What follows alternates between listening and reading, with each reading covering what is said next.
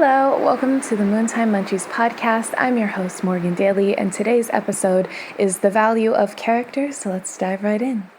Character is the most overlooked yet valuable aspects to one's expression of self in the world, in my opinion. Writing this in December 2021, I've finished a very emotionally taxing conversation with my father, and I have to say that I'm grateful for the patience and grace he's allotted me. Essentially, the topic of conversation was the concerns of my aunts, uncles, several grandparents, and even those I haven't had relationships with, coming forward to express their misunderstandings of my life choices and frustration at my stubbornness that they do not understand. I am appreciative of my father for filtering these comments, for only telling me these people's thoughts and fears when I invite him to, and the respect he's had for my mental health. The conversation ended with me expressing that a feeling of sadness had come up. I had always been wildly misunderstood just by having experiences that others couldn't relate to growing up, being isolated and then isolating myself and thus casting myself as other, in this last decade especially.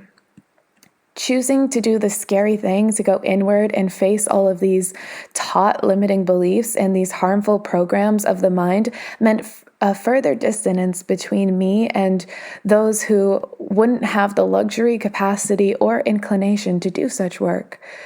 To sit with myself in the darkness, in my deepest, most powerful fears, the ones that I've even kept from myself, alone and vulnerable, it's not only the most terrifying thing you could ever do, but it comes with the knowledge that however you change, however you walk out on the other side of that, everyone you love will never understand the way you see the world or the decisions you make for yourself. My dad doesn't either. I was the one to heal the family generational trauma along with a few other traumas, but he understands my character, which brings me to the point of today's episode. From an outside perspective, I can see how the decisions I make could terrify my loved ones. I graduated high school early and quit my job. I didn't get my driver's license until I was 20, and I never dated this small town safe bet or got a shitty car. I quit my first corporate job with great benefits, a miserable 9 months in, and racked up my rent payments to the other side of my family. I chose not to socialize with most my age, and all of this is the exact opposite of what we're told is the safe or right thing to do. Despite my dad making space to hear my layman's terms descriptions of my reasonings, he and I both know that there is a limit to what even he could understand about the choices that I've made for myself. And it's deeper than nobody knows your experience but you. It's that I've spent over a decade and a half of my 22 years this February completely invested in the healing and psychological work, something that only my best friend of similar life experience can come close to fathoming the perspective of. With all that being said, and his fundamental concerns as a parent who worries for his child's well-being, and the fact that he would make different choices himself aside, he does one important thing for our relationship that no other family member has managed to do. He saw my character. Not through his fears, not through the role he needed me to play in his life, not through the lens of his upbringing or the society we share, not through his trauma or mine.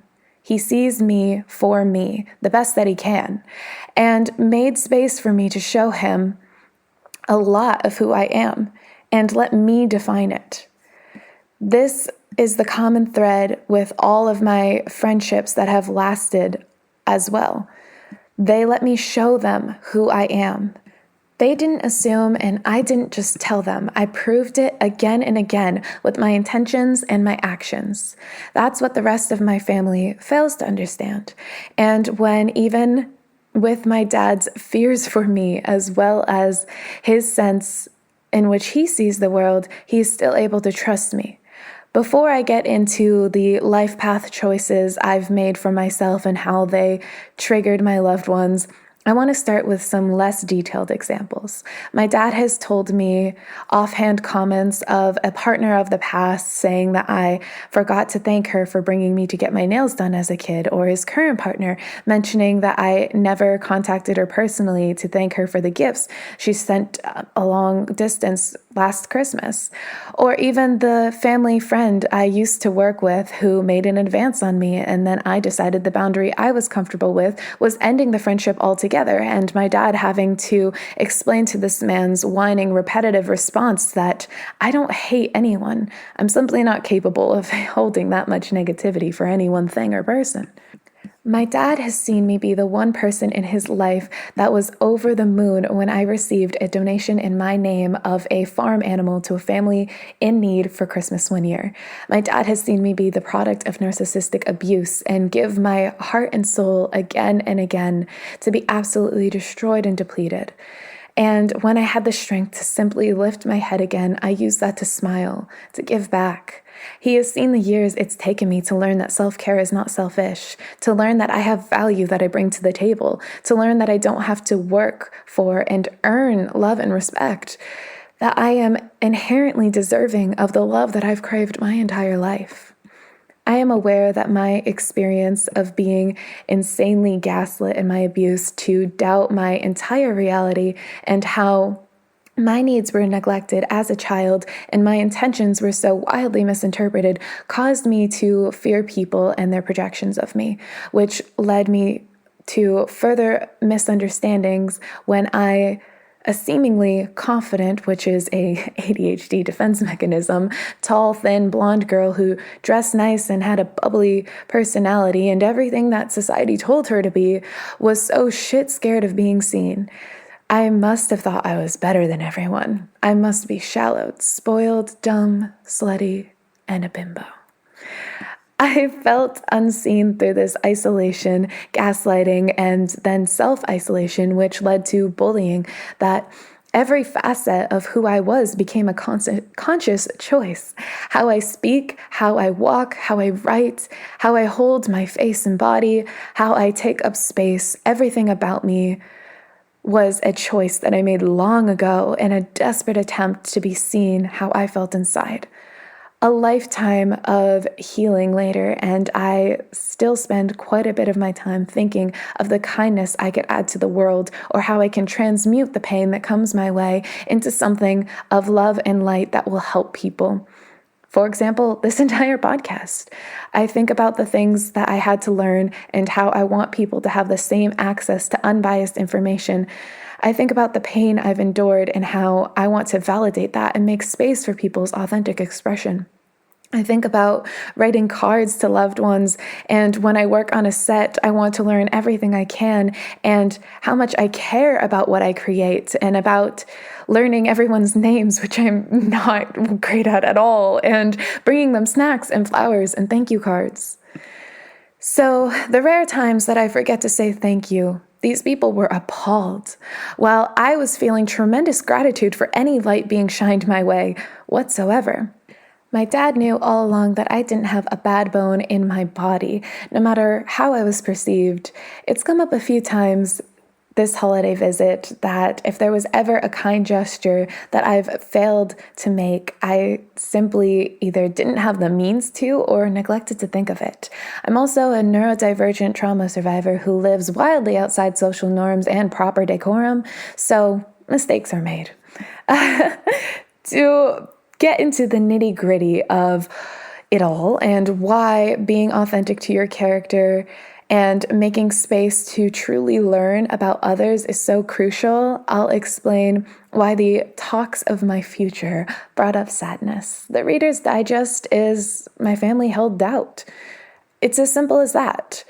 Even coming from a place where I could understand their fears and their limiting beliefs that they have subscribed to, it hurt me that they didn't know me well enough to trust that even if I couldn't or wouldn't explain the method behind my madness, there was one.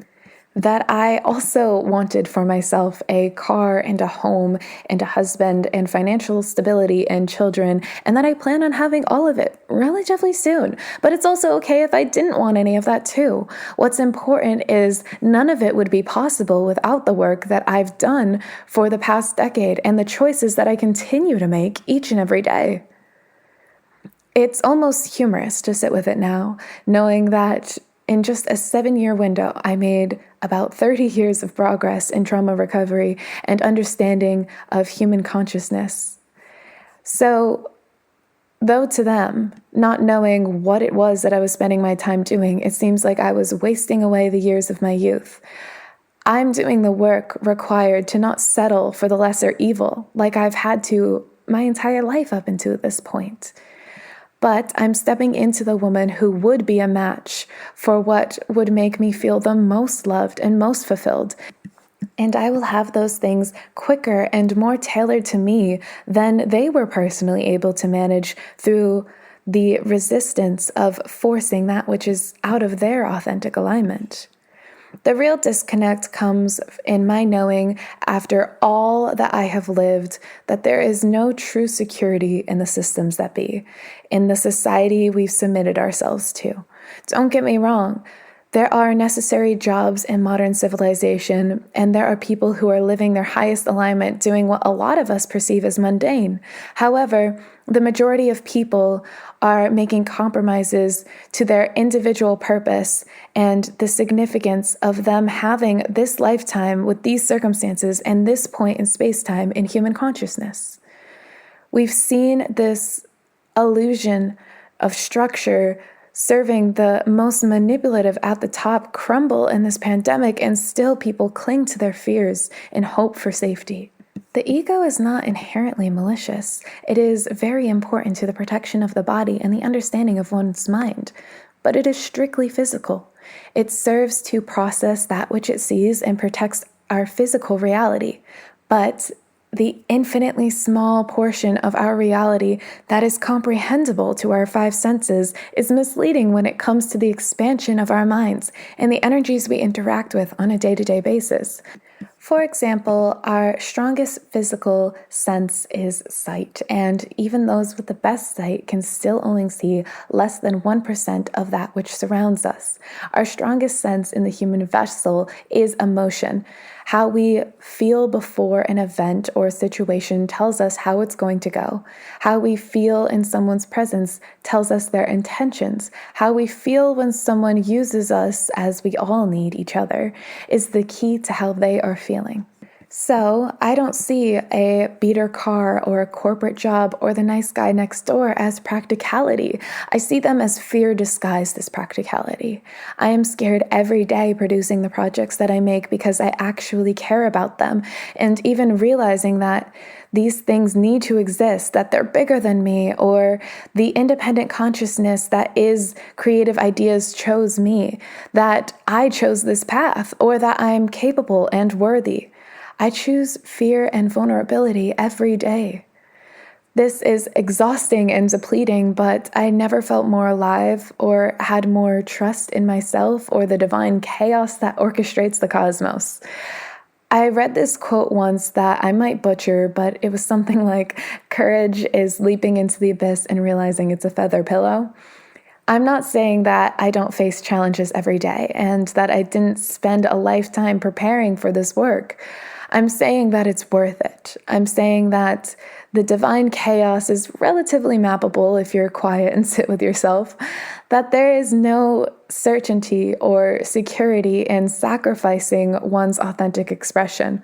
I'm saying that chasing this changes your ripple. When you don't act in alignment, you're simply less satisfied and therefore minutely harmful again and again to your career, to your parents, to your children, in our schools, in our society, and to yourself. Everything is a relational energy.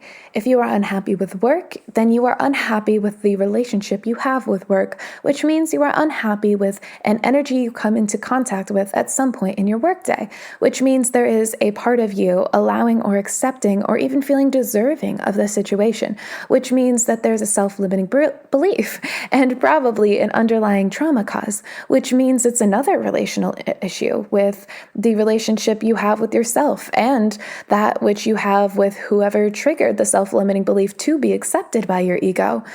That was just trying to protect you in the first place. But by neglecting this truth, searching for quick fixes to the symptoms of these deeper issues, by trying to force when there is opposition between two parts, is to hurt yourself and every relationship you have deeper.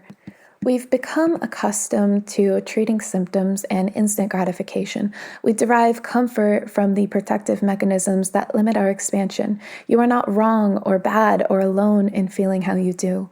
Even those who hurt you and triggered these limiting beliefs did not do so with malicious intent. But the truth of the matter is, to neglect the points in your life that are met with resistance is to suffer further and to hurt others. A wound of the mind or spirit is just like that of the body. It takes time and tending to heal. But each layer that is ready to fade from your body will surface at nature's pace, not yours. Leave it neglected and it will become infected and you will get others sick and it will inevitably be the death of you. Being active in your healing is like cleansing your wounds and providing the antiseptic or other healing ointments.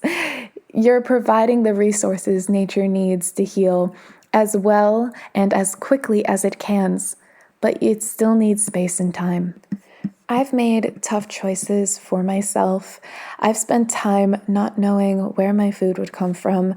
I have left a source of income when I still had self-limiting beliefs on finance and abundance because I knew I wouldn't heal that by going somewhere that made me absolutely miserable in a desperate attempt to cling to the limiting belief that money would only come sparingly if you sacrifice your life source energy and lifetime.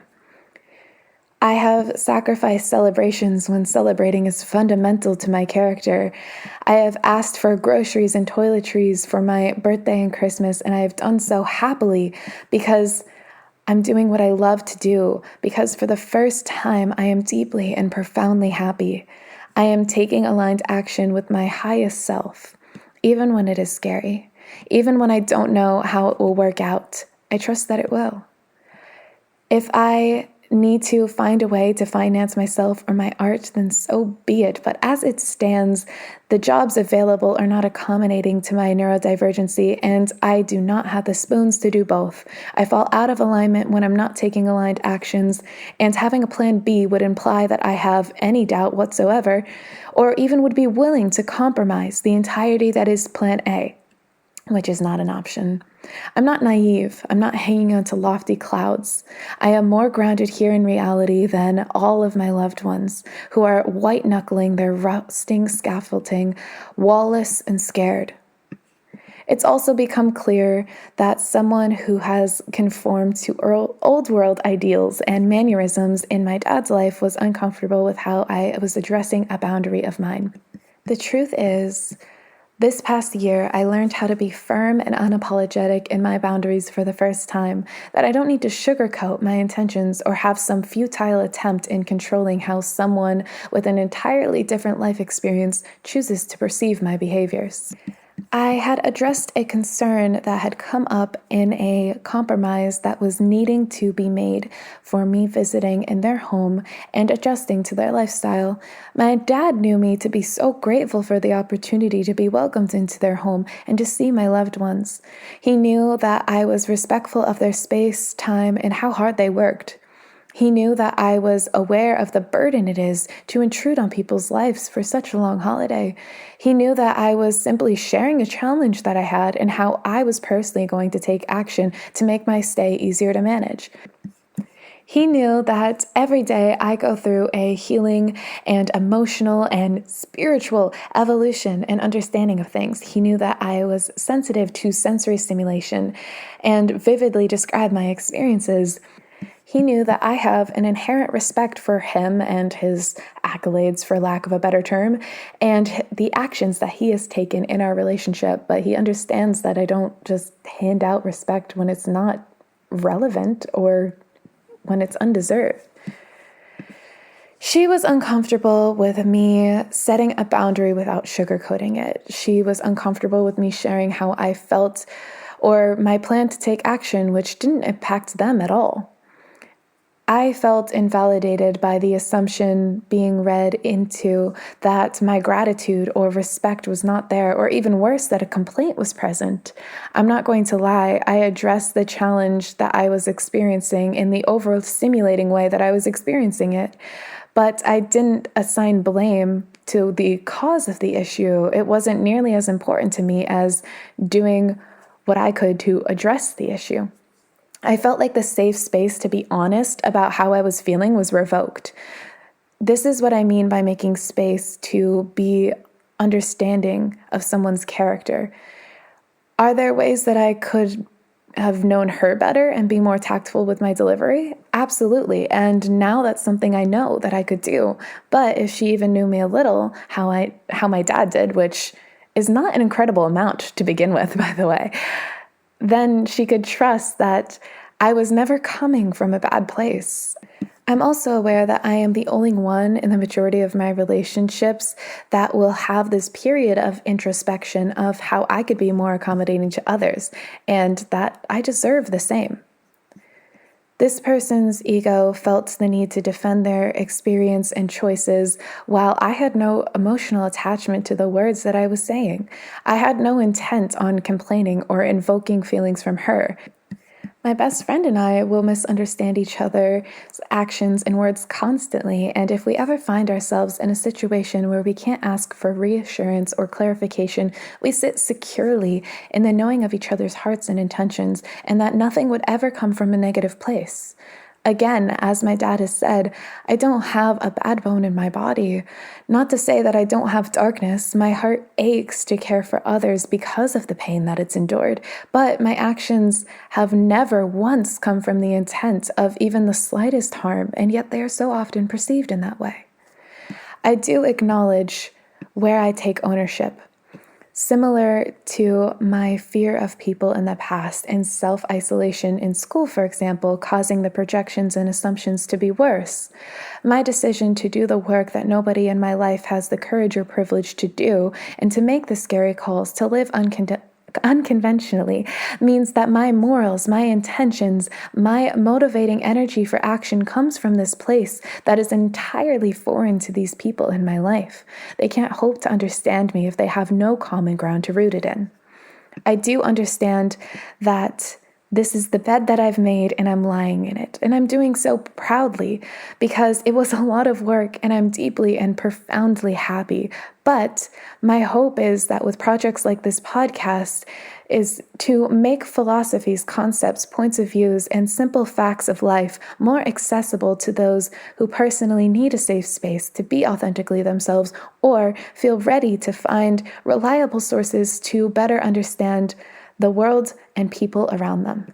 I see actions made nearly every day by nearly every one of my loved ones that I wouldn't ever do, and not from a belief or a story or my ego's need to protect me, but from a lifetime of studying human psychology and knowing exactly why it is they're taking action unaligned with themselves.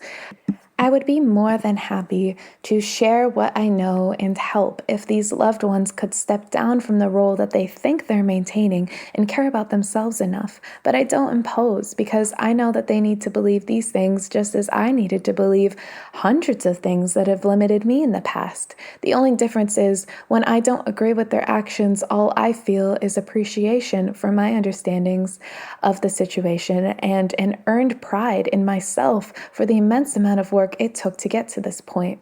When others see me not conforming to what makes them feel safe, it threatens the narrative their ego has, that these things that they've settled for are necessities. I bring out negative emotional responses in people because I shine a light on their fears. I heard a few nights ago, again, when I wrote this back during the holidays, that I have always inadvertently been people's karma. If they were brave enough to do what they were meant to do in this life, they found a safe space in me, and I in them. If they chose fear, then I make them uncomfortable. I trigger them. I make them mad. I don't mean to. You are inherently love and light, but the darkness you are smothering yourself with like a blanket you mistake as comfort is disintegrating in the presence of my light, and I cannot stop it. I will not dim for you. If you need to hold on to your coping mechanisms longer, that is okay. I had to hold on to quite a few of mine for a while too, but it will put separation between us. I will hold no ill will. Take all the time and space you need. Finally, my dad simply put it, people don't know how to take you, which was hard for me to understand for a long time because I tried so hard to make my intentions clear, and I was almost sure I did. I spent quite a bit of time in my very early childhood learning how people communicate the things that I was feeling because I was so intensely gaslit. But the truth is, I am the odd one out. There's a handful of people on the planet who can even relate to most of my life, and even less when I took it upon myself to do what was best for me. As long as people know that I do everything with a burning passion, and I love and I care so much about everything I do all the time, it doesn't bother me that they don't understand me, because I finally do. And in that, I'll find the people who not only see me as I am, but love me as I am. Because I'm not confused, I'm not hiding, I'm not ashamed, I'm not compromising, and most importantly, I am no longer contorting myself into the shape of what someone else can love if they cannot love me. The people that would make me the happiest can't find me if I'm not me. I worked damn hard to become her. My dad even recommended releasing my projects anonymously if it was so debilitatingly scary to do that which matters most to you. Following the light that has guided you through all of the darkness, that one thing that you could truly believe in all along, and now to have to step into that truth, to test the validity of your faith. But I can't do it as someone else. I can't doubt my own worth or the value that I bring to the table any longer. I share my story with my face plastered on it, and if it crashes and burns, then I'll do that with my face held high as well. While I'm writing this, my dad came in to share a quote from the comedian Sarah Silverman, who said, "The greatest gift you can give your children is to love them for who they are." Thank you, Padre. Though there have been plenty of times where you did not understand who I was, or it simply clashed with who you were, you've done your best to make this space for me, and I could not be more grateful. I will go out and make that space for everyone I can, and for my kids as well. As always, this has been my thoughts on some things. I'd love to hear your perspective. My name is Morgan Daley, and I'm on most platforms. Be kind, be mindful, and have a good day on purpose.